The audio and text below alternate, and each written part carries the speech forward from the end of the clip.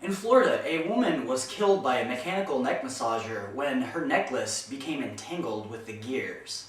Ironically, it was a necklace with a crucifix and the inscription, "I've been saved."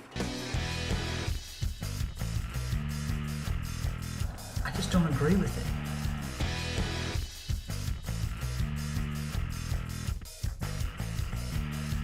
Monday, January 3rd, 2011. That feels kind of weird saying that. On New Year's, a mysterious path of destruction left over 100,000 dead fish clogging the Arkansas River, and nearby over 5,000 dead birds plummeted to the ground. Why? I don't know. It could have been global warming or aliens, or maybe it's government cover-ups. They're doing experiments, or it could be black magic like a poltergeist or something. ESPN broadcaster Ron Franklin was pulled from the air before Saturday's Fiesta Bowl for demeaning his coworker Janine Edwards. He called her sweet cakes. I guess she prefers sourdough.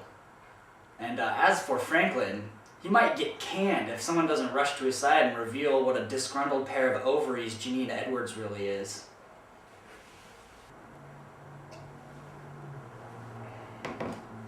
In Malaysia, a 110-year-old man used a newspaper to find a wife. Ahmad Muhammad Isa just can't get enough poon. His wife, Sana, at 82 years old, is quite a minx, and she's into him. She could be his daughter, but after 80, who's counting?